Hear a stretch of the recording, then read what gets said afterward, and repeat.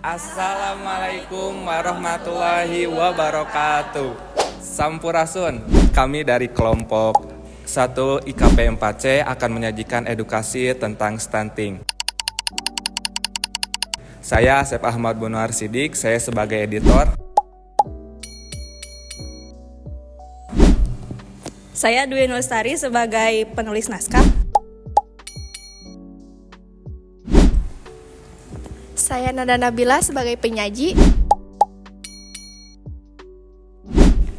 Saya Pia Oktaviani sebagai kameramen.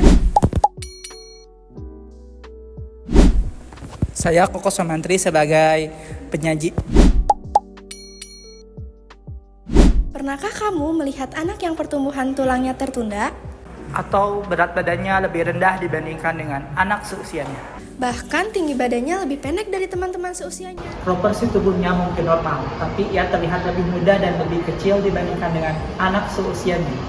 Proporsi tubuhnya mungkin normal, tapi ia terlihat lebih muda dan lebih kecil dibandingkan dengan anak seusianya.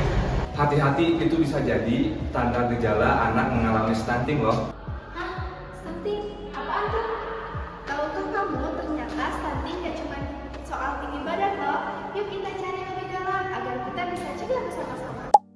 Merupakan kondisi kurang gizi kronis yang seringkali ditandai dengan tinggi badan anak lebih rendah daripada tinggi badan rata-rata anak seusianya. Penyebabnya itu dikarenakan kurangnya asupan gizi dalam waktu yang cukup lama akibat dari pemberian makanan yang tidak sesuai dengan kebutuhan gizi. Jadi, kalau anak yang berperawakan pendek, apakah itu stunting? Perlu diketahui oleh para orang tua bahwa anak pendek belum tentu stunting. Namun, anak stunting sudah pasti berperawakan pendek. Lalu, apa saja penyebab faktor stunting? Stunting disebabkan oleh faktor multidisiplin, diantaranya Yang pertama, praktik pengasuhan yang tidak tepat. yang kedua, terbatasnya layanan kesehatan. Yang ketiga, kurangnya asupan makanan bergizi. Dan yang keempat, kurangnya akses air bersih dan sanitasi. Wah, ternyata penyebabnya cukup kompleks ya. Lalu, bagaimana dampak yang akan terjadi akibat stunting? Stunting bisa dirasakan dalam jangka pendek maupun dalam jangka panjang. Dalam jangka pendek diantaranya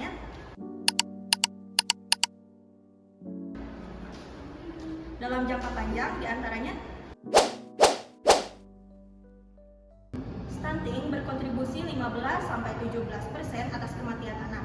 Yang selamat sudah pasti tidak berprestasi di sekolah dan saat dewasa kurang produktif. Wah, serius banget ya dampaknya. Kalau begitu, bagaimana cara kita mencegahnya?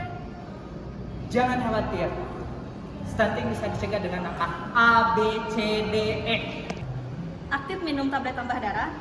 Bumil teratur pemeriksaan kehamilan minimal 6 kali. Cukupi konsumsi protein hewani.